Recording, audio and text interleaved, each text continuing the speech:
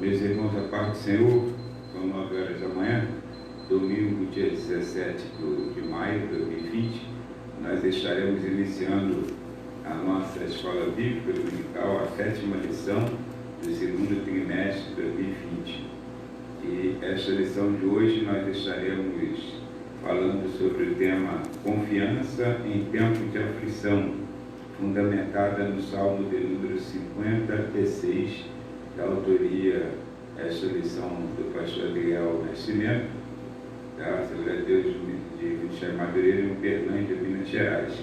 E nós aqui em Nova Cidade, Nilópolis, congregação do Ministério Madureira, presidida aqui em Nilópolis pelo pastor Samuel Rabelo, nós hoje estaremos ministrando esta aula mais uma vez, após fazermos uma oração de abertura, de gratidão ao Senhor, e também estaremos logo a seguir cantando o hino 388 da harpa cristã, e então fazendo a leitura do texto de referência da nossa escola bíblica dominical nesta manhã. Que Deus abençoe, já deu um domingo abençoado a cada um dos que já estão participando, e daqueles que vão participar no decorrer desta lição, e também daqueles que verão posteriormente a este vídeo. Então vamos orar em nome de Jesus. Obrigado, Senhor, por mais um dia que tu vem nos concedido.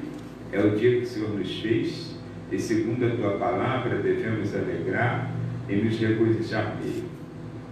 Obrigado, Senhor, por aqui, Senhor querido, ter estado conosco até aqui, ter nos ajudado, mantendo a sua mão firme sobre nossas vidas, para que pudéssemos ser abençoados em tempo de crise, em tempo de aflição, ó Pai querido, como hoje estaremos discorrendo nesta lição. Quero te pedir que, Senhor, tu venha abençoar cada uma das pessoas que estiverem ouvindo esta palavra nesta manhã, pois a tua palavra, Senhor, por si, ela já aumenta, já acrescenta a nossa fé. E nós precisamos, Senhor, nestes dias difíceis em que estamos vivendo, precisamos dessa graça, dessa glória, e precisamos ter a fé acrescida pela tua palavra. Então ajuda-nos, Senhor, e também ao mesmo tempo, Senhor, porque para ti, Senhor, todo tempo é perfeito para curar, libertar, para salvar, para fazer o coração se arrepender, se quebrantar na tua presença. Então que seja este momento também, nesta manhã de domingo, ó Deus querido, esta oportunidade que o teu Espírito tenha para fazer todas essas proezas, Senhor, que tu tens feito ao longo desses anos. Assim te pedimos agradecidos em nome de Jesus. Amém. Hino 388 da harpa cristã, de Paulo Levas Macalão. Canta, convido, crente, doce será cantar, anda só para a frente, deixa o teu pesar, canta nas noites tristes, canta no sol, na luz, o mal assim resistes, canta pra Jesus. Canta, convido, crente, alegra o coração, louva ao Deus clemente, com feliz canção. Cheio está o mundo de turbação e dor, canta o amor profundo do teu Salvador. Canta, convido, crente, Deus teu socorro é, guarda-te a mão potente, se tiveres fé. Cristo se te levanta, quando medroso estás, se confiando cantas, seu amor verás. Glória a Jesus. Tema de hoje, confiança em tempo de aflição, fundamentada no Salmo 56, com seus 13 versos. A palavra do Senhor, meus irmãos, você que está assistindo no Facebook ou diretamente no YouTube, a palavra do Senhor, no Salmo 56, diz assim: tem misericórdia de mim, ó Deus, porque o homem procura devorar-me, ele me oprime pelejando todo o dia. Os que me andam espiando procuram devorar-me todo dia, pois são muitos que pelejam contra mim, ó Altíssimo. No dia que eu temer, hei de confiar em Ti. Em Deus louvarei a Sua palavra, em Deus pus a minha confiança e não temerei. O que me pode fazer a carne? Todos os dias torcem as minhas palavras, todos os seus pensamentos são contra mim para o mal. Ajuntam-se, escondem-se, espiam os meus passos, como aguardando a minha morte. Porventura escaparão eles por meio da sua iniquidade? Ó Deus, derriba os povos na tua ira. Tu contaste as minhas vagueações, põe as minhas lágrimas no teu odre, não estão elas no teu livro? Quando eu a te clamar, então retrocederão os meus inimigos. Isto sei eu, porque Deus está comigo. Em Deus louvarei a sua palavra, no Senhor louvarei a sua palavra. Em Deus tenho posto a minha confiança, não temerei o que me possa fazer o homem. Os teus votos estão sobre mim, ó Deus. Eu te renderei ações de graças, pois tu livraste a minha alma da morte, como também os meus pés de tropeçarem, para que eu ande diante de Deus na luz dos viventes. Amém. Meus irmãos, o nosso comentarista, ele extraiu deste salmo o verso de número 11 para enfatizar como sendo o texto-chave desta lição, texto áureo desta lição, que fala, intitula-se Confiança em Tempo de Aflição. Pois o verso 11 diz assim: em Deus tenho posto a minha confiança, não temerei o que me possa fazer o homem. E associado a este texto-chave, ele traz para nós, dentro ainda desse contexto da confiança em tempo de aflição, uma verdade para ser aplicada no nosso cotidiano. E ele diz como verdade aplicada: uma firme confiança no Senhor é resultado de uma experiência pessoal com Ele e fundamentada na palavra de Deus. Muito bem, segundo o nosso comentarista, a lição de hoje, como falamos, fundamentada no Salmo 56, que é um salmo didático, militante de Davi, que expressa, como lemos, a confiança em tempo de aflição e nos faz entender que os percalços fazem parte da vida cristã. Deixou na introdução, na página de número 33. Os percalços fazem parte de uma vida cristã, da vida cristã. Mas não podemos ser paralisados por eles. Fazer parte é uma coisa, é algo que nós não podemos evitar. Mas não temos como ser paralisados pelos percalços da vida cristã, daquilo que pode ocorrer às nossas vidas.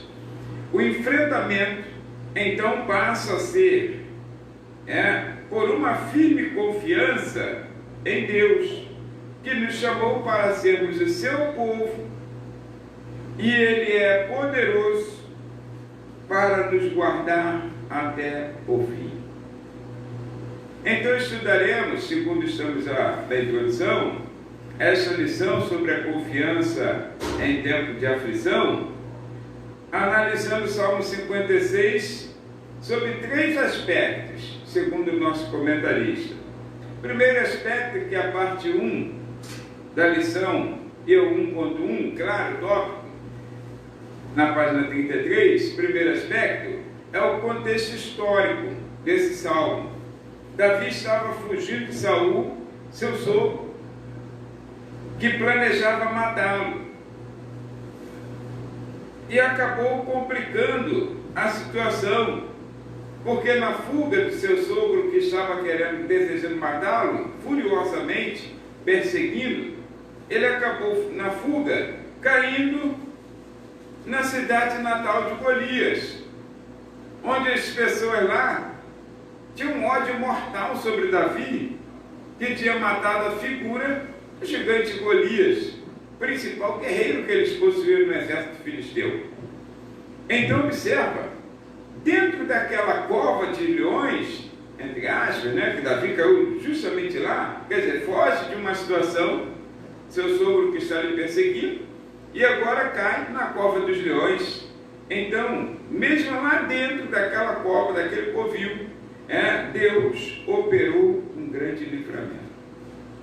Por isso Davi mantém a confiança em Deus, mesmo em tempo de aflição. Salmo 56 é algo que é vivenciado, a experiência dele para conosco. Então ele está trazendo essa experiência para que nós pudéssemos entender tudo isso, E então observa-se que neste momento, dentro desse contexto histórico, esse é o primeiro aspecto dessa lição, dessa parte da lição, que é o contexto histórico.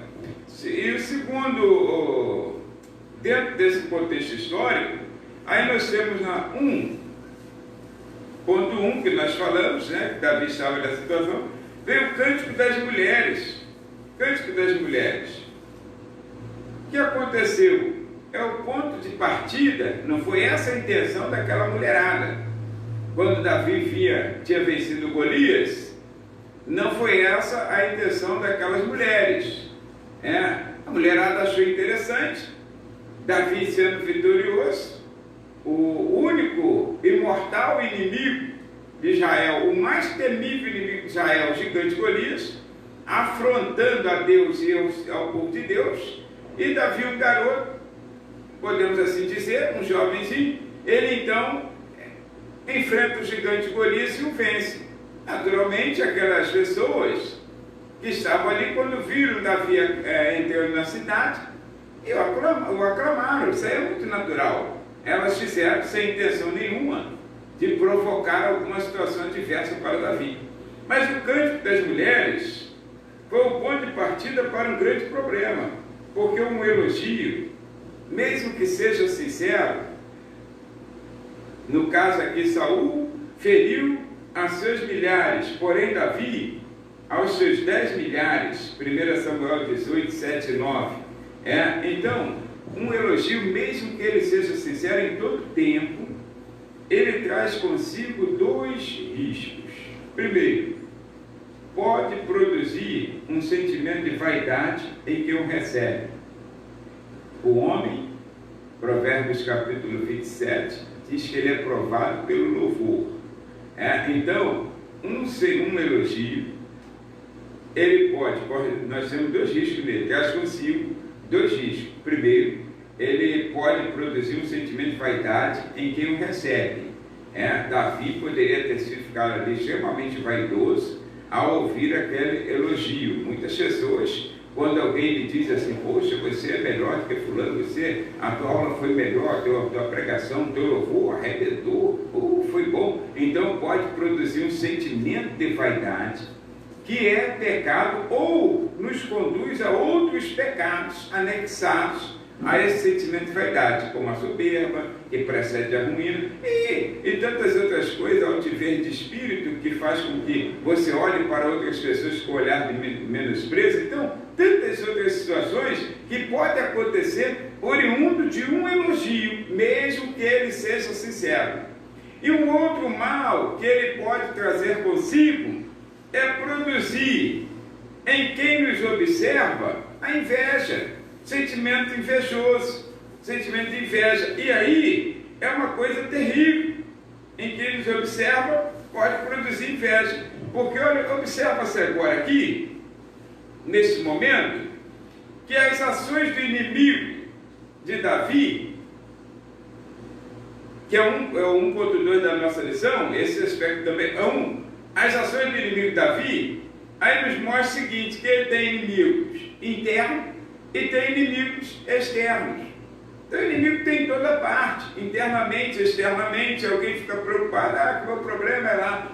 Todo lugar pode ter alguém que seja o teu inimigo. Ou pessoas, na verdade, os seres humanos não são nossos inimigos, o apóstolo Paulo depois nos ensina isso, mas pessoas que são usadas como instrumentos do adversário para trazer tormentas às nossas vidas. Então, observa, esse inimigo interno, Saul, foi tomado por inveja, esse sentimento. Um elogio dado a Davi, não deixaram de elogiar Saul, disseram: Saul matou seus milhares, com um elogio. Mas quando falou que Davi matou seus 10 milhares, Saul não se conformou, como quem ele tivesse num pensamento, ou o próprio adversário soprou no ouvido dele, não sei, mas que Davi agora poderia se sobrepor à condição em que ele estava de rei. Gente, ninguém toma lugar de ninguém. Embora Saul não saiba, mas Davi já está ungido como rei de Israel bem antes. Mas ele sabe que existe um tempo de Deus para todas as coisas. Uma promessa de Deus, ela tem no seu meio, o seu princípio, seu meio e seu fim. Uma promessa de Deus, ela pode ser cumprida a curto, médio ou longo prazo. Às vezes a pessoa se precipita na promessa de Deus. Mas Deus tem promessa para a minha vida. Eu também tenho promessa desde a minha adolescência. E Deus está cumprindo gradativamente na minha vida. Então hoje eu não sou mais adolescente, já estou caminhando para a terceira marcha. Então deixa eu lhe dizer, quando nós temos a promessa de Deus, temos que ter a consciência de que ela se cumpre a curto, médio e longo prazo. Então nós não podemos nos preocupar com isso. E o que aconteceu com Davi? Davi estava tranquilo, não pediu que fosse elogiado, não fez aquilo por elogio, ele fez simplesmente porque ele deu uma ânsia nele de ver Golias afrontando o povo de Deus e afrontando o próprio nome do Senhor. Então ele enfrentou aquele momento, Deus lhe deu grande vitória e agora ele recebe o elogio sincero, claro, fica feliz com o elogio, mas não deixa aquilo entrar no seu coração. E Saul, então, quando ouve o elogio dado a Davi, aí ele é acometido por esse espírito de inveja. Irmãos, deixa eu lhe dizer uma coisa, um dos piores sentimentos, segundo a Bíblia, em Provérbios capítulo 29, o verso de número 4, um dos piores sentimentos que se pode ter em relação ao próximo é a inveja. A inveja, a palavra do Senhor diz lá por Salomão, Provérbios 28:4, diz que, olha, cruel é o furor, impetuosa é a ira, mas quem parará perante a inveja? Porque quando você está enfurecido, se eu estiver agora enfurecido, logo alguém vai falar, melhor não mexer não, melhor não passar perto, porque olha a cara que ele está enfurecido. A fúria, o furor, é muito ruim. Cruel é o furor. A ira impetuosa, você sabe que a ira é impetuosa. Você pode estar bem, alguém te deu um beliscão, fez uma brincadeira que você não gosta, você passa a mão numa pá e tenta matar a pessoa. Então a ira é impetuosa. Agora, deixa eu lhe dizer uma coisa, a inveja, ela é silenciosa. O invejoso pode estar sentado contigo, pode estar sentado no seu carro, pode estar sentado na sua mesa, o invejoso pode estar trabalhando contigo lado a lado, e sentado na igreja, sentado no púlpito da igreja, e você não sabe o que está passando no coração dele, porque ele não transparece. É um inimigo terrível, então o invejoso, ele traz uma situação em si, que é um dos piores males que pode ser produzido no homem, no ser humano. E como foi produzida essa inveja? É interessante que o invejoso ele não precisa de muita coisa. Percebe que Davi era um garoto, Davi estava ainda na sua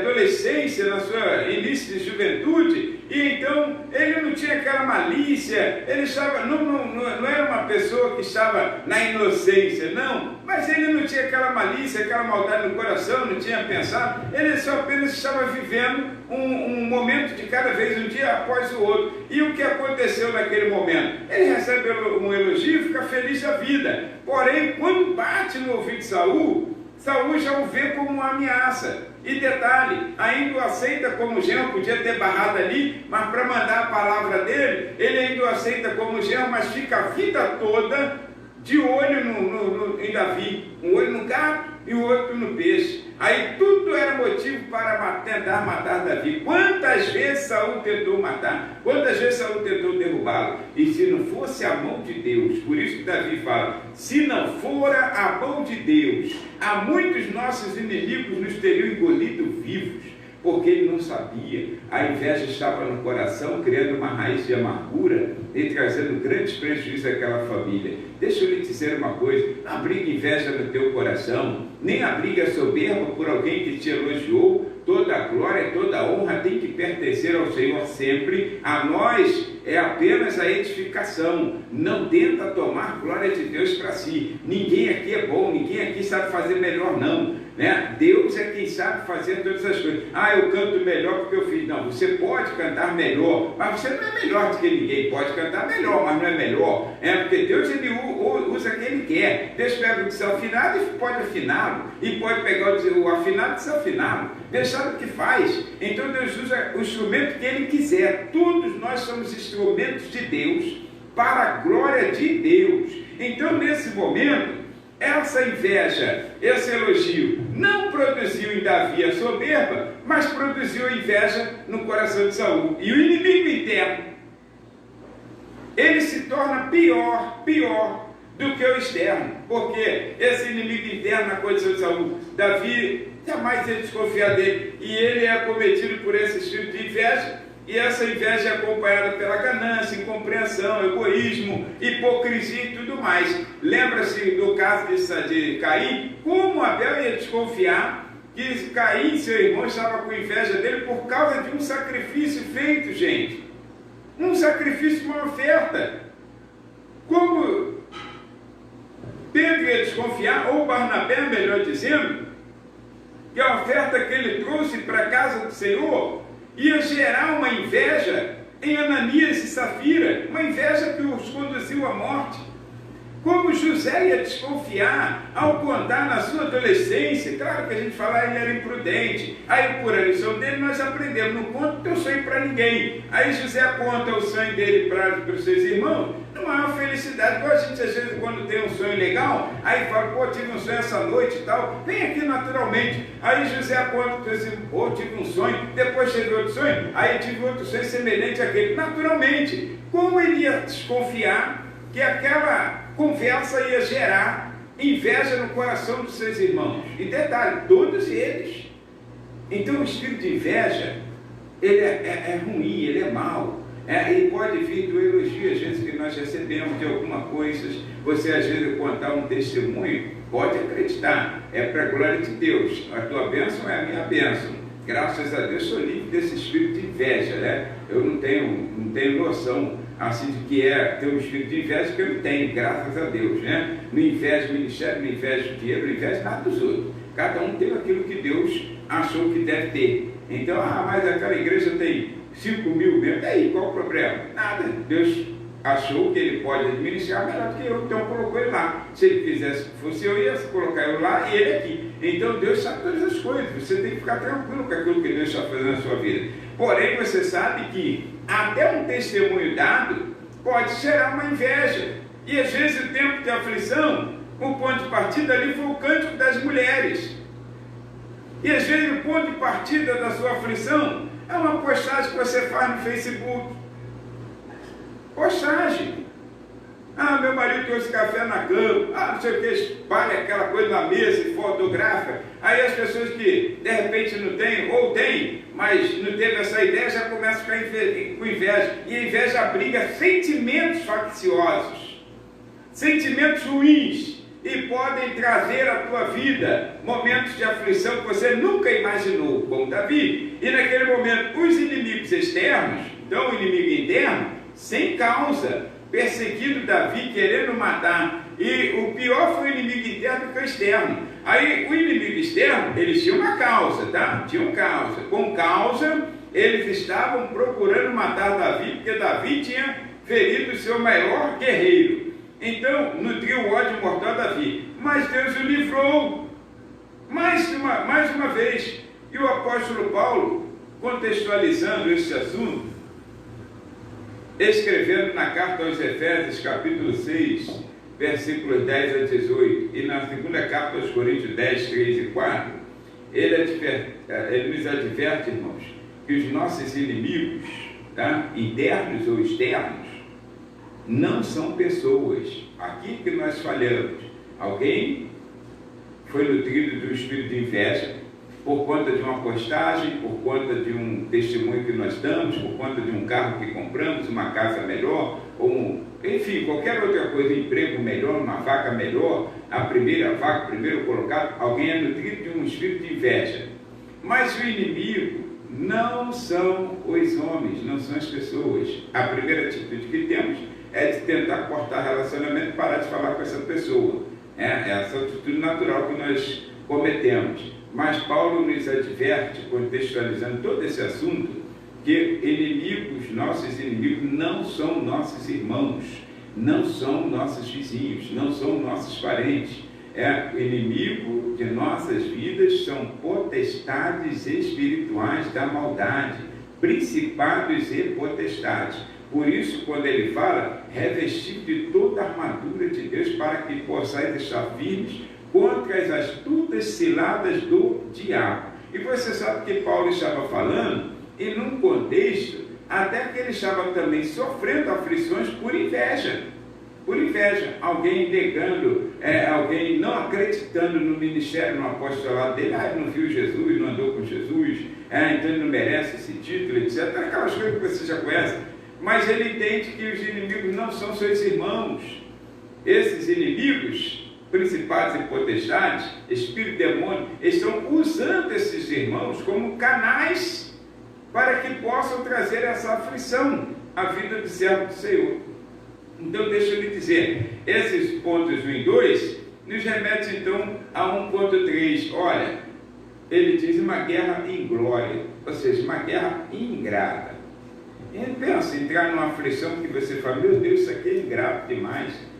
Você até fala, não mereço isso aí não. O que está acontecendo com a minha vida, né? Não mereço essa situação que estou passando. É uma guerra inglória, uma guerra ingrata. Deixa, Davi, ele só fez o bem a Saul. Já viu quando você faz só o bem à pessoa e só leva tapa na cara? Aí você fala assim, não mereço isso, meu Deus do céu, só fiz o bem, tentei ajudar, tudo que eu fiz foi lá estender a minha mão, foi lá oferecer minha ajuda, foi lá dizer, ó, se precisar estou aqui, tal, e a pessoa interpreta erroneamente aquilo que você fez. É até complicado você às vezes oferecer uma ajuda, é até complicado. Então, olha, aí tudo que foi feito foi assim. Deixa eu lhe dizer, Davi só fez o bem a Saul, e Saul só lhe paga com uma perseguição sem causa, só com mal, toda hora perseguição, toda hora. Davi não estava entendendo isso. Davi, irmãos, 2 Samuel capítulo 24, versículo 14, ele chega a se ver diante de Saul como uma pulga, porque Saul é um rei, é o número 1 da nação, é uma autoridade, ele pode pegar qualquer pessoa, ele tem um exército sob o seu comando, ele tem vida sob o seu domínio. E Davi é quem diante de Saul? Ele não tem nem como lutar, brigar contra Saul. Aí então ele se vê lá como um cão morto. Ele diz, aqui sou eu para tu perseguir um cão morto. Quer dizer, um cão morto, uma pulga. Aquele inseto que você lá está pequenininho, você é grandão, e a pulga pequenininha, que você pode dar um peteleco, você pode esmagar até com o dedo se quiser. E Davi está assim, pulando aqui e dali como uma pulga, fugindo de Saul, porque ele não tem nem força para enfrentar, nem se ele quisesse, ele não quis. Prova isso é que quando lhe deu, Deus permitiu que Saul estivesse na mão dele, Davi com espada, com faca, com tudo, e Davi apenas cortou uma pontinha, da roupa de Saul, do manto de Saul, e só para provar, e disse assim, ó, quem longe de mim tocar no ungido do Senhor? Quer dizer, mas ele era uma pulga diante de um reinado, de um homem daquele, o primeiro, número 1 da nação de Israel. Deixa eu dizer, talvez você se sinta até assim, é uma guerra em glória, é uma guerra ingrata, você só fez o bem, meu Deus, o que eu fiz? Quem sou eu para ter uma perseguição? Pode acontecer uma perseguição, porém, deixa eu lhe dizer, existem situações, como eu disse, que são produzidas, às vezes, são produzidas, vamos dizer assim, sem que a pessoa deseje produzir. Tem situações que a pessoa pode produzir, tem outras não, veio como esse cântico das mulheres, foi uma coisa assim, natural, uma coisa que deveria realmente acontecer, e produziu tanta situação diversa na vida de Davi, que foi levando a um abismo, né? Tanto o inimigo interno foi o pior, quanto os inimigos externos. Davi foi parar sem causa por conta daquela situação produzida pelo inimigo interno. E às vezes você produz também isso. Você produz, como eu falei, às vezes sem causa, dando um testemunho, postando uma foto, você postou. O que achar? Que achou bonito, achou legal. Ah, tem o melhor marido, tem a melhor mulher, tem a melhor filha, etc. Aí postou lá, deu um testemunho, feliz da vida, por conta de tudo isso, da bênção recebida.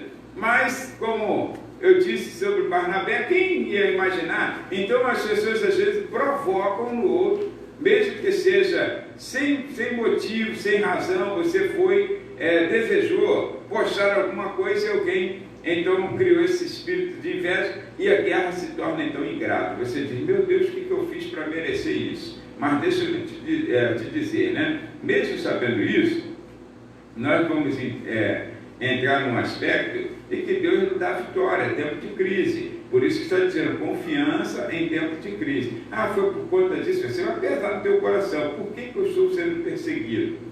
Porque eu preguei bem, porque eu ensinei, porque eu cantei, porque eu ensinei aquela peça na igreja, foi um sucesso. Aí por quê? Você nem criou isso no teu coração, mas você fez o melhor de si para o Senhor, e acabou gerando problemas, despertando em outras pessoas o espírito de inveja, pessoas que já estavam dando lugar a Satanás. Agora, deixa eu lhe dizer, no segundo aspecto, eu falei sobre 3 aspectos. O primeiro aspecto que nós falamos é o contexto histórico da lição. O segundo aspecto, que é a parte 2 da nossa lição, agora na página 34, fala sobre a oração de Davi. Esse é o segundo aspecto da análise do Salmo 56, fundo histórico, e agora a oração de Davi. Nesse aspecto, nós podemos extrair lições para a nossa vida, no enfrentamento dessas crises, né, ou das aflições desse tempo presente, tá? Em tempo presente. Então, nesse aspecto nós podemos extrair lições. Porque a primeira parte, por exemplo, a primeira lição que nós extraímos nesse aspecto da oração de Davi é a parte 2.1 da nossa lição na página 34. Qual é a situação? Bom, você entrou ou propositalmente, ou, vamos dizer assim, sem nenhum desejo de entrar, mas entrou numa peleja dessa. Como nós falamos na parte 1 da lição, no primeiro aspecto, analisando o contexto histórico do Salmo 56. Nessa segunda parte, nós estaremos observando que a única maneira, ou a melhor maneira, a maneira primária, essencial, é você partir para a oração. Aquilo que você não entende, parte para a oração. Aquilo que você, eu sou uma pulga diante desse problema, eu não consigo resolver, minha situação está muito adversa. Parte para a oração. Oração ainda é a chave da vitória. Nós sempre falamos isso, sempre ouvimos isso. Oração é a chave da vitória. Então parte para a oração. Porque nessa oração de Davi, ele nos traz 3 lições que são fundamentais. A primeira é um pedido de misericórdia. Pedido de misericórdia. Observa o Salmo 56, o verso de número 1. Ele fala sobre o pedido de misericórdia. Ele diz, tem misericórdia de mim, ó Deus. E diz qual é a situação. Exprime qual é a sua situação, o seu problema. Tem misericórdia de mim, ó Deus. devorar-me e me oprime, pelejando todo o dia.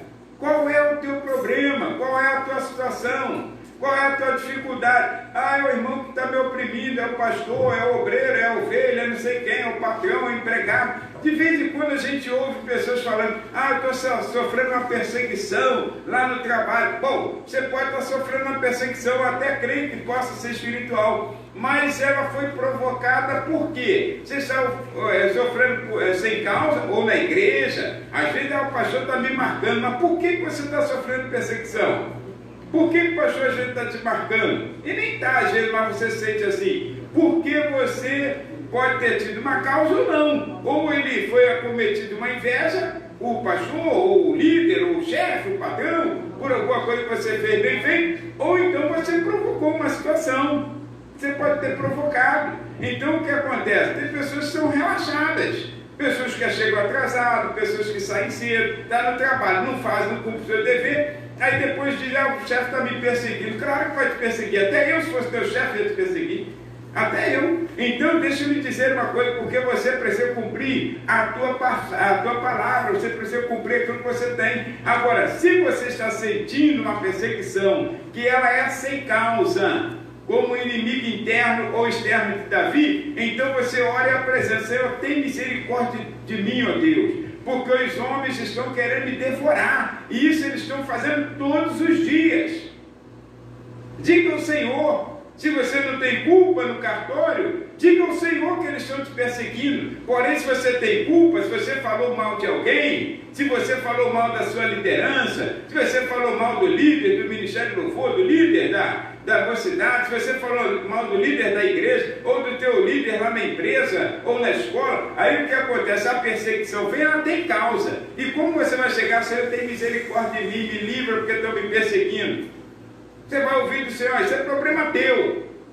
Você procurou, agora tu dá teu jeito. Agora, se você está sem causa nessa perseguição, se você só fez aquilo que deve ser feito, não abriu o teu bocão para falar besteira, porque tem pessoas que você sabe, que elas falam assim, eu não tenho papa na língua, aquilo que vem eu falo. A Bíblia nos ensina e diz assim, olha, as palavras devem ser ditas no tempo certo, tal como maçãs de ouro em bandeja de prata, nunca vi, deve ser uma coisa linda, maçã de ouro em bandeja de prata. Aí assim deve ser a palavra dita, a seu tempo. Então, se você abrir o teu bocão, agora está sendo perseguido na igreja, na empresa, não sei o que, na política, seja o que for, então você agora tem que aguentar.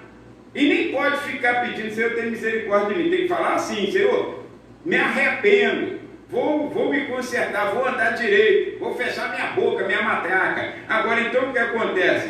Quando você está com razão, como Davi, Saul não tinha causa para isso, e ele levantou-se esse espírito de inveja, Davi então pode orar, Senhor, tem misericórdia de mim, livra-me, Senhor, porque os homens estão querendo me devorar.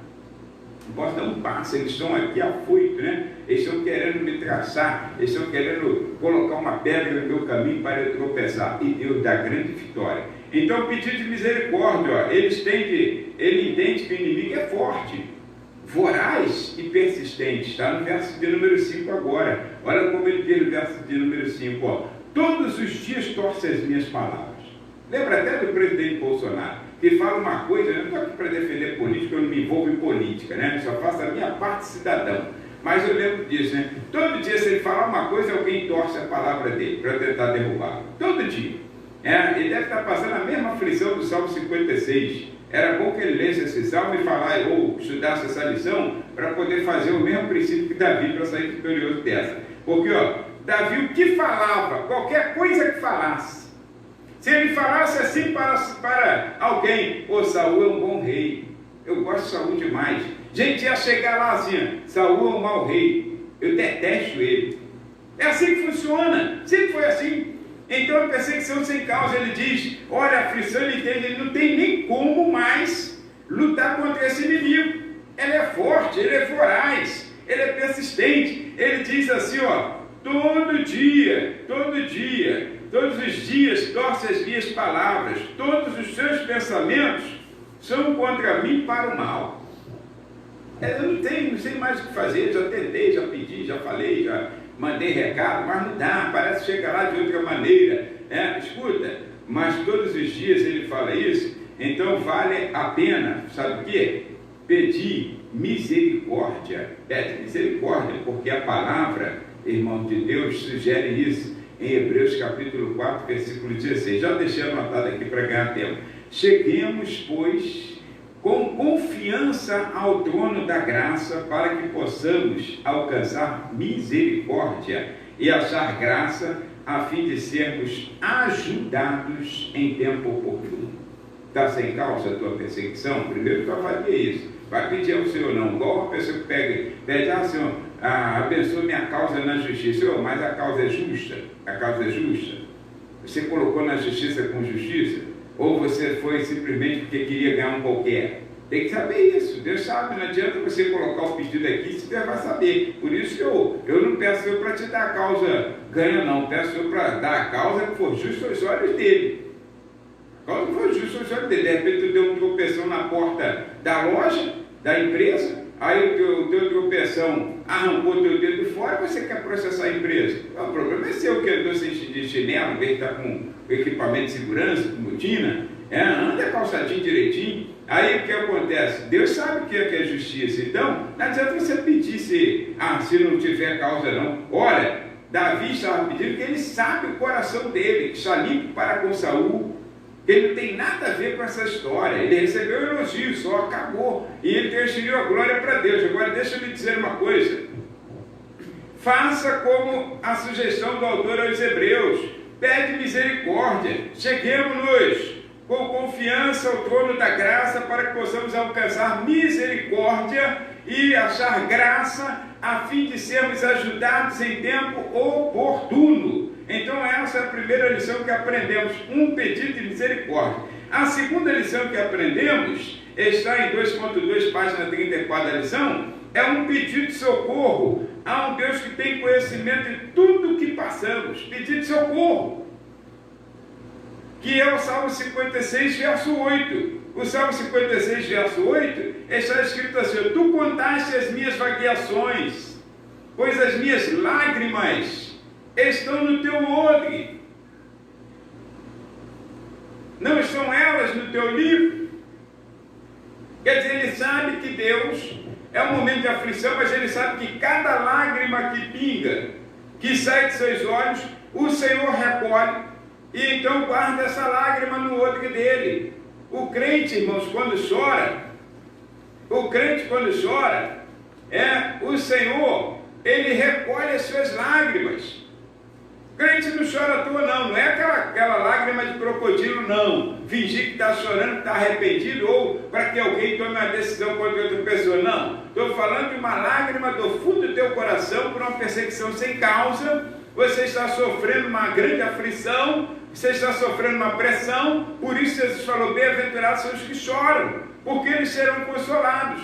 É como agora essa situação de pandemia. Quantas pessoas estão se beneficiando, tirando lucros exorbitantes, usando a corrupção na nossa política, no nosso governo. Então o que acontece? Está oprimindo as outras pessoas. E essa pessoa, quando está sofrendo, está chorando, o Senhor está recolhendo as suas lágrimas. O Senhor dará essa causa. Aí então observa, olha, é expressa então por Davi, no Salmo 56, verso 8, a convicção de que Deus conhece a sua aflição e dificuldade. Ele sabe que ele está sentindo a aflição, sabe da dificuldade que ele está sentindo, mas também sabe que Deus está recolhendo todas as suas lágrimas. Então essa expressão, ele mostra que Deus conhece a sua aflição e dificuldade. Porém, pede ao Senhor que considere a sua peregrinação. Peregrinos somos em terra estranha, tem aflição mesmo. A nossa casa não é aqui. Jesus falou sobre isso, né? Jesus nos disse que a nossa situação de vitória não é aqui. No mundo tereis aflições, então fica tranquilo. Não se turbe o vosso coração. Crede em Deus, crede também no Pai, em mim. Crede em Deus, crede também em mim. Na casa do meu Pai há muitas moradas. Em Mateus capítulo 15, versículo 32, agora eu vou lá porque eu não anotei, e eu não vou lembrar aqui exatamente como está escrito. Mateus capítulo 15, versículo 32, para a nossa meditação dentro desse assunto ainda. Irmão, escuta, fica tranquilo. Olha o que está escrito em Mateus capítulo 15, versículo de número 32.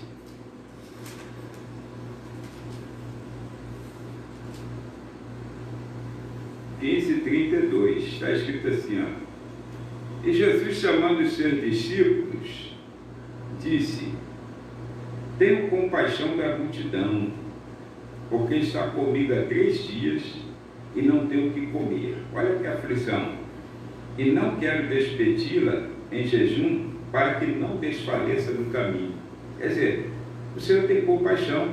O Senhor tem compaixão. O Senhor está vendo tudo isso. Teu tempo de aflição está sendo contabilizado pelo Senhor. Teu tempo de aflição está sendo contabilizado pelo Senhor. Deus vê todas as coisas e usa de misericórdia e compaixão para conosco. Então vale pedir socorro ao Senhor. Um pedido de socorro a um Deus que tem conhecimento de tudo que passamos. Quem diria que Jesus estava preocupado com a multidão que estava há 3 dias com ele e não tinha o que comer? Quem diria? Como quem disse para ele, disse, problema de cada um. Quem quis vir, problema dele. Não chamei ninguém. Bati na porta da casa de ninguém. Eles se acotovelaram para ir seguindo Jesus. E Jesus estava lá preocupado. Eu tenho compaixão dessa multidão. Irmão, Deus tem compaixão de nós. Então vamos pedir socorro ao Senhor em tempo presente, né? Olha, então a primeira lição que aprendemos com Davi foi o Salmo 56, verso 1. É um pedido de misericórdia. O verso de número 8, um pedido de socorro a um Deus que tem conhecimento de tudo o que passamos. Todas as nossas lágrimas estão com Deus, no seu olho. Então, e a terceira lição? Página 34 ainda, 2.3 é o tópico desta lição. Pedir que a justiça de Deus seja feita. Pedir que a justiça de Deus seja feita. Então, bem-aventurado, Jesus fala, aqueles que têm sede de justiça. Então, olha, bem-aventurados, têm fome e sede de justiça. Pedir que a justiça de Deus seja feita, que é o verso de número 7. Volto lá para o Salmo 56. O verso de número 7, que está escrito assim, ó. Preparado está o meu coração. Estou lendo errado. Porventura, escaparão eles por meio da sua iniquidade? Ó Deus, derriba os povos na tua ira. Não é pedir a maldade, não. Ele está pedindo para o Senhor quebrar a perna dele. Não, quebra a perna dele quando ele cair, quando ele pegar o avião lá, que o avião cai, igual a gente faz com esses corruptos aí, que a gente fica, tomara que o avião caia quando for decolar. Não, não é isso não. Isso aí tá, Deus nem ouve essa oração. Ainda que seja um desespero do teu coração, uma vontade tremenda, que é a vontade do homem é essa mesmo, né? Mas não, agora que pode pedir para Deus derrubá-lo, pode. Para Deus tirar dessa situação, pode. Então, porque Deus estabelece reino, derruba reinos. Deus é quem coloca, quem tira, quem permite. Mas foi eu que coloquei, foi eu que elegi. Mas o Senhor pode tirar. Se fez, ele ganhou, porque Deus permitiu. Tudo está nas mãos do controle de Deus. Aí deixa eu lhe dizer uma coisa, Davi, sendo perseguido sem causa, pede a justiça divina. Se você está sendo perseguido sem causa, você arrumou esse problema, é problema seu. Deus pode até usar de misericórdia, mas é problema seu se você arrumou o problema.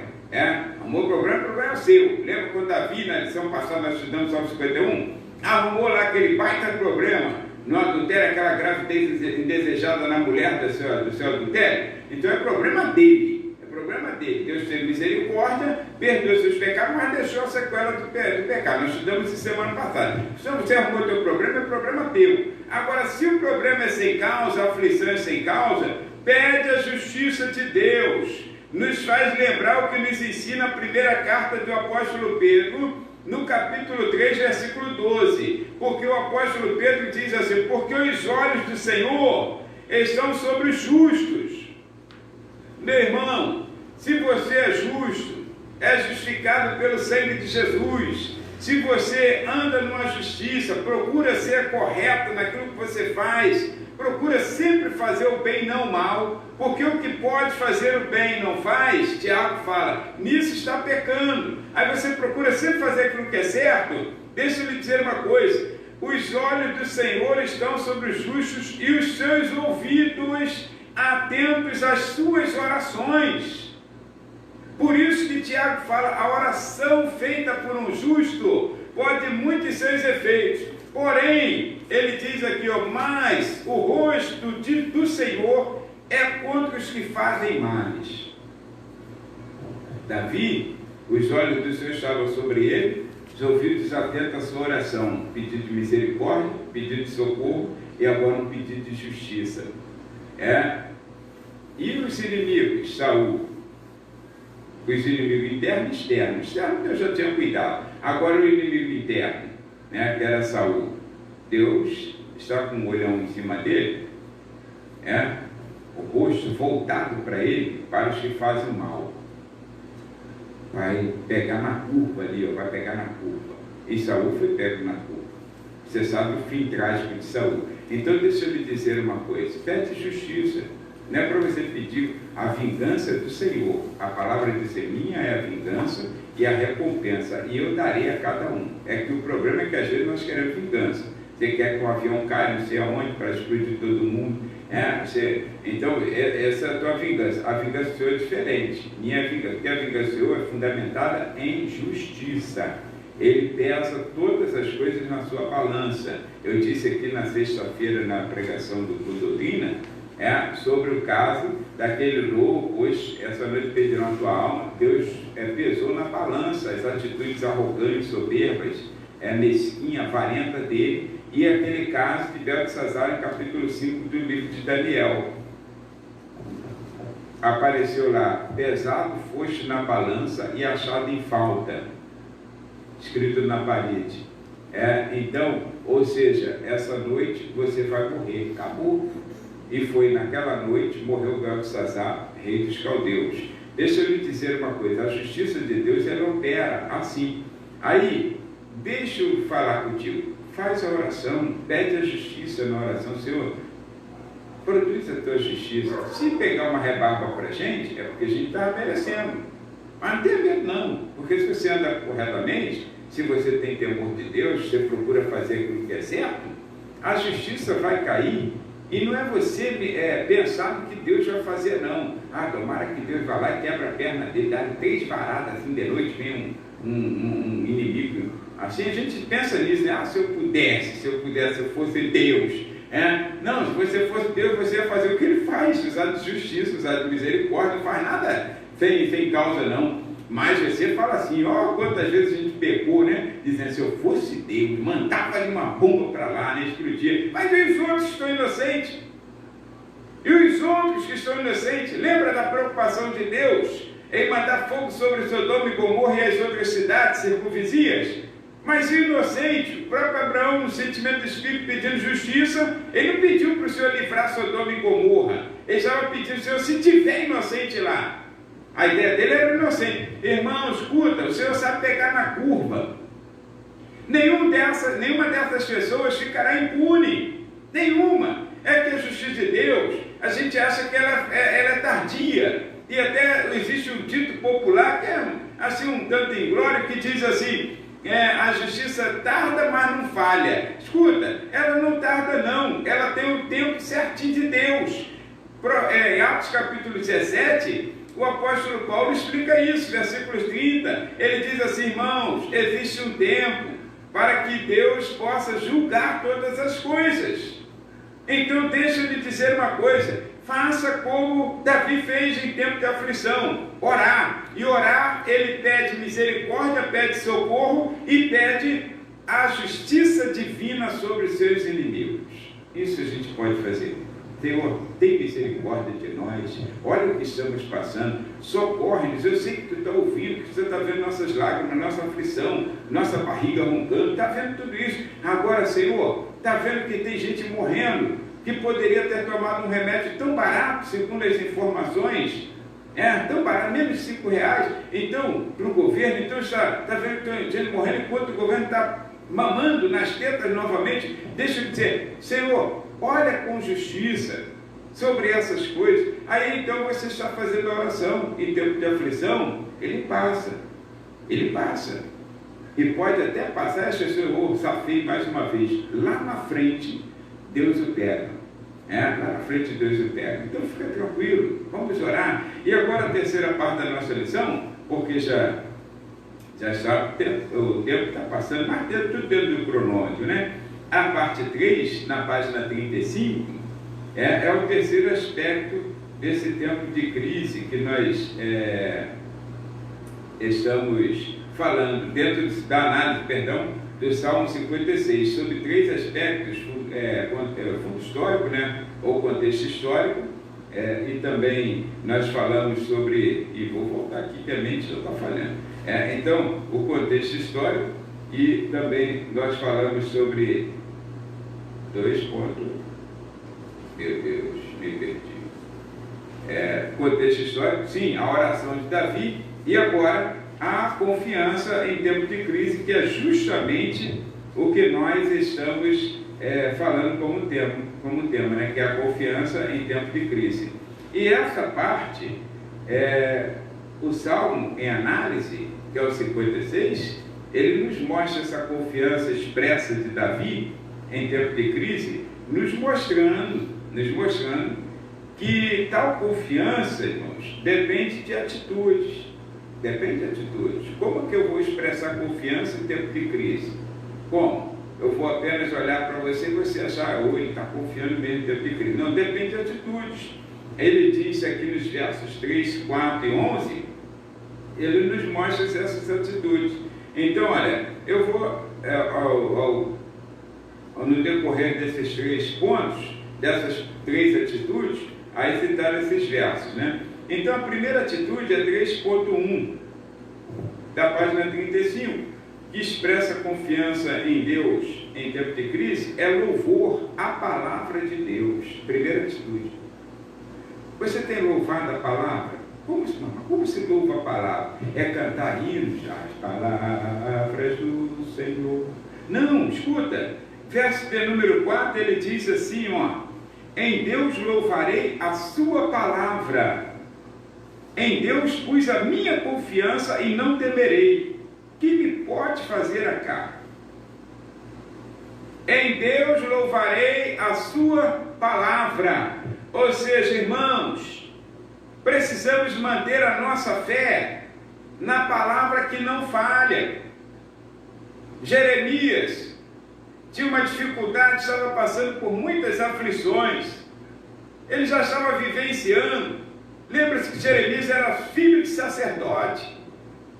E certamente que ele ouviu alguma coisa pelo seu pai do que estava acontecendo lá nos bastidores do sacerdócio. E ele sabia então que tinha um chamado de Deus para ser sacerdote. Na verdade, que ele era filho de sacerdote, ele seria sacerdote pela linhagem. Mas Deus o chama para profeta e ele diz, ai meu Deus, eu não sei, eu sou uma criança, quer dizer, eu não tenho habilidade, não tenho condições.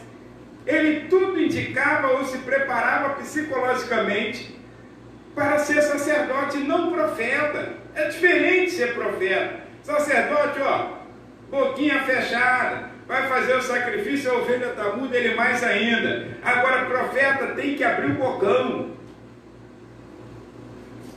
E Jeremias diz, o Senhor fala assim, Jeremias, eu vou te mostrar uma coisa, acho que é a primeira visão da vida dele, para que ele entenda que o chamado é de Deus, e Deus vai capacitar. O que fez? Só para ver se ele realmente sabe que está, se ele está em consonância com essa palavra de Deus, e ouvindo bem o que Deus está fazendo, ouvindo bem aquilo que Deus quer fazer. Aí ele fez, eu vejo uma vara de amendoeira. Aí o Senhor fala, viste bem, porque eu velo pela minha palavra para fazê-la cumprir. Pronto, ali ele começou o seu ministério. Irmão, escuta, louve ao Senhor a palavra. Precisamos manter nossa fé na palavra que não falha. A fé, ela é acrescida em nossas vidas pela palavra que nós ouvimos.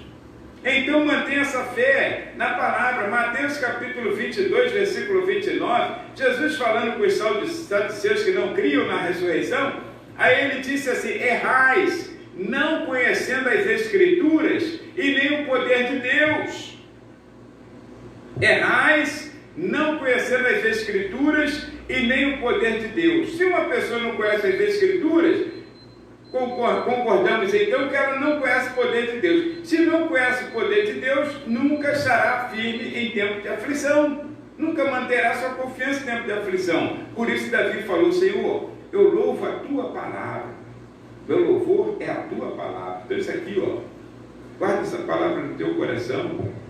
Guarda essa palavra no teu coração. Louve essa palavra. É pela palavra que vem o livramento, é pela palavra que vem a libertação, é pela palavra que vem todas as coisas. Esta palavra que, segundo Salmo 119, verso 89, diz: para sempre, ó Senhor, permanece a tua palavra no céu. Então, louvor a palavra de Deus é uma atitude, é a primeira atitude que demonstra confiança em tempo de crise. Agora, a pessoa fala: eu confio em Deus, estou crendo em Deus, mas está acreditando em tudo que o Facebook diz, está acreditando em tudo que tem mensagem do WhatsApp, está acreditando que em tanta coisa ruim. Recentemente falaram aí que dia 9 de maio ia vir uma escuridão aí de 3 dias, e as pessoas tinham que ungir a porta, não podia abrir a porta se alguém falasse que era o espírito demônio chamando na porta, batendo e falando com voz de alguém que você conhece, do filho, da esposa, do esposo, e falando: fulano, vem para cá, Joel, sou eu, Leandro, Joel. Aí Joel vai com a voz do Leandro, aí Joel vai lá e abre. Escuta, desde quando o espírito demônio precisa que abra a porta para ele entrar?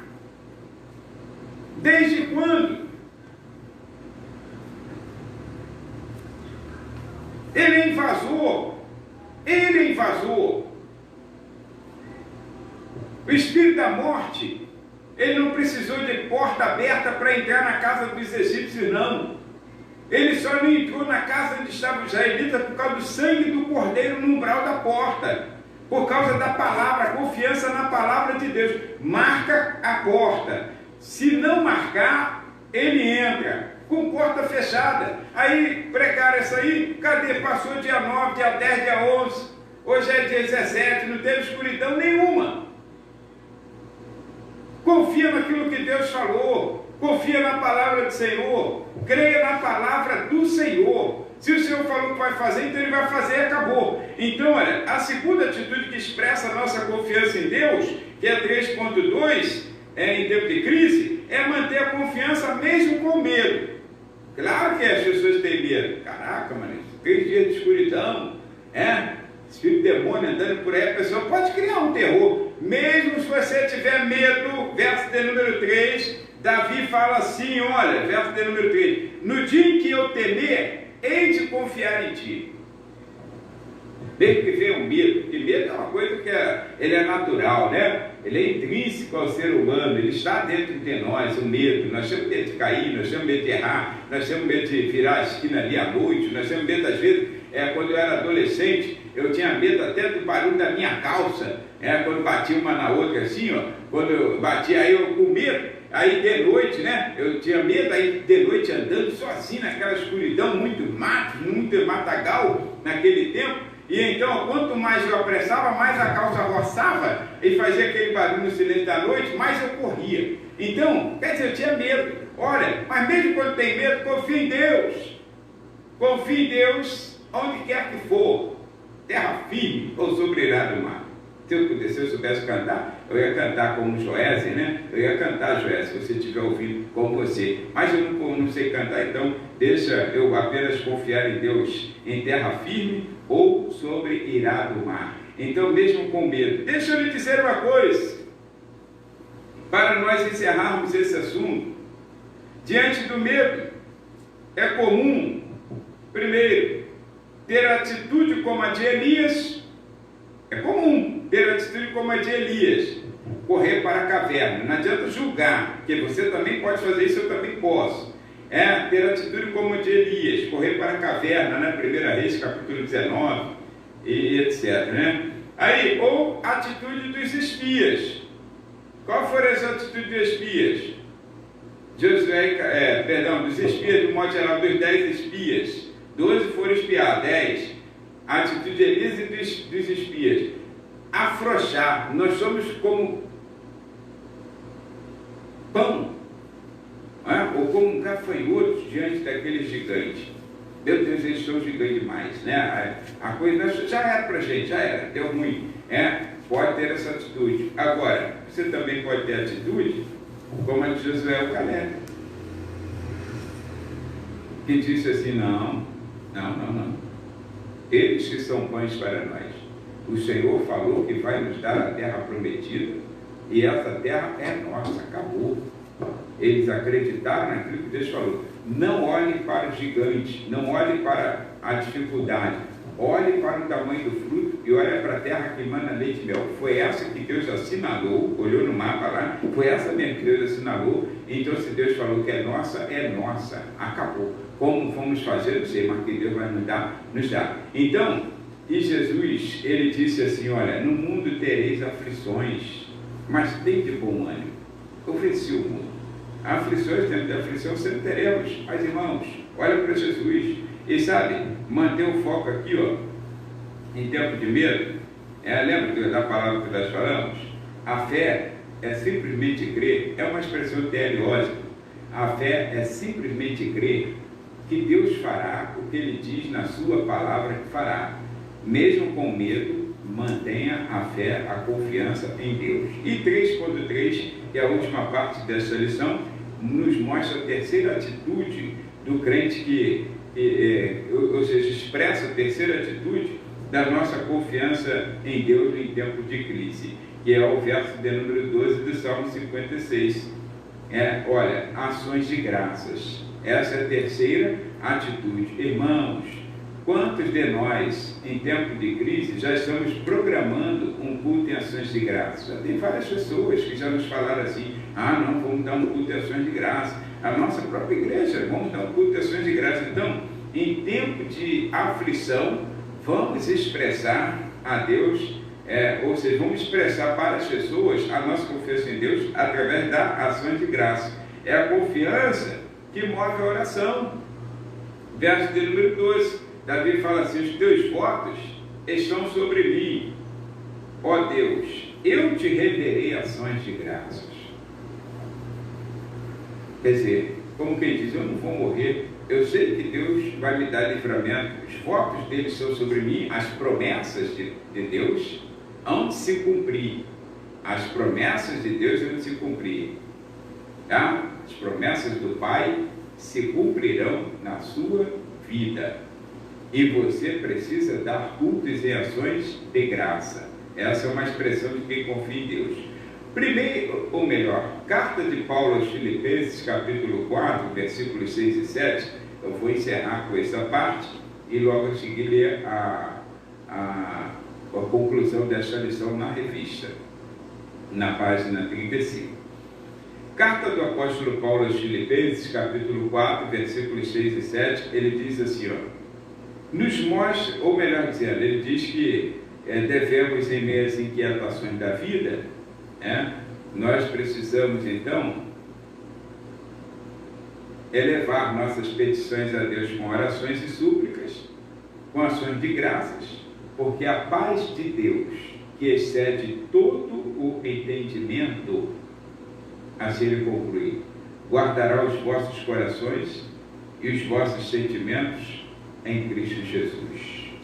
Está vendo? Com ações de graça. Tudo que você faz termina com ações de graça. E a paz de Deus, que excede todo entendimento, guardará os vossos corações e os vossos sentimentos em Cristo Jesus. A conclusão da nossa lição diz assim, que o Espírito Santo nos ajude a conservarmos uma firme confiança no Senhor, mesmo diante de tantos desafios, e prossigamos na jornada cristã, sabendo que os propósitos de Deus prevalecerão na vida do seu povo. Aí fica sugestivo os textos de Romanos, capítulo 28, capítulo 8, versículo 28 e 31. E o 31, todo mundo sabe que se Deus é por nós, quem será contra nós? Então, deixa eu lhe dizer que no próximo domingo, Deus te abençoe com essa palavra, e no próximo domingo, já te convido para as 9 da manhã, você estudar conosco a lição sob o título Apresentando ao Senhor Nossos Questionamentos. Olha que é tempo de questionamento. É tempo de questionamento. Quantos questionamentos nós temos feito? Então, apresentando ao Senhor nossos questionamentos, fundamentados essa lição nos Salmos 73 e 77. E quero te convidar para as 17 horas, nós novamente sintonizarmos no canal do Facebook e no YouTube, @Dente Evangélica, e você então participar ao vivo, ou seja, em tempo real, do nosso culto, que será uma palavra ministrada sobre missões. Hoje, terceiro domingo, comemorado, lembrado nesta igreja, as missões, onde se tem voluntariamente, as pessoas trazem suas ofertas de missões no envelope, já vem de casa, e também fazemos orações intercessórias, não que não façamos nos outros dias, mas no culto específico para missões. Então, às 17 horas, eu te convido para hoje nós estarmos cultuando e lembrando dos nossos missionários, das secretarias e juntas de missões. E vamos então, neste momento, fazer a oração pelos enfermos, os pedidos de orações, e você que está em casa,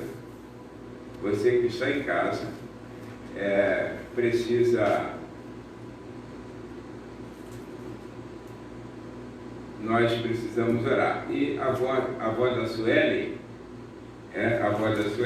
está pedindo também oração. Aliás, a Sueli está pedindo oração por sua avó, por conta de estar com falta de ar. Vamos orar para que o Senhor desobstrua todas as artérias, limpe todos os pulmões, para que nesta manhã você tenha saúde. Continuamos a orar pela Priscila, esposa do nosso pastor Alexandre Freitas, que hoje não congrega mais conosco, está pastoreando a congregação do Detran ali em Nova Iguaçu, congregação da Assembleia de Deus do Campo de Nova Iguaçu, do nosso querido pastor João Lourdes.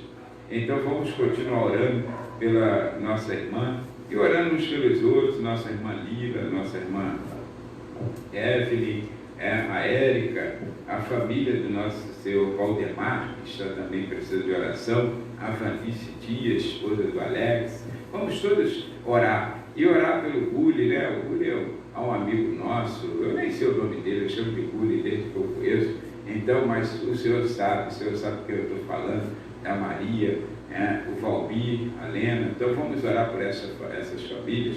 Deus abençoe a todos que estão ouvindo e que estão agora participando dessa oração.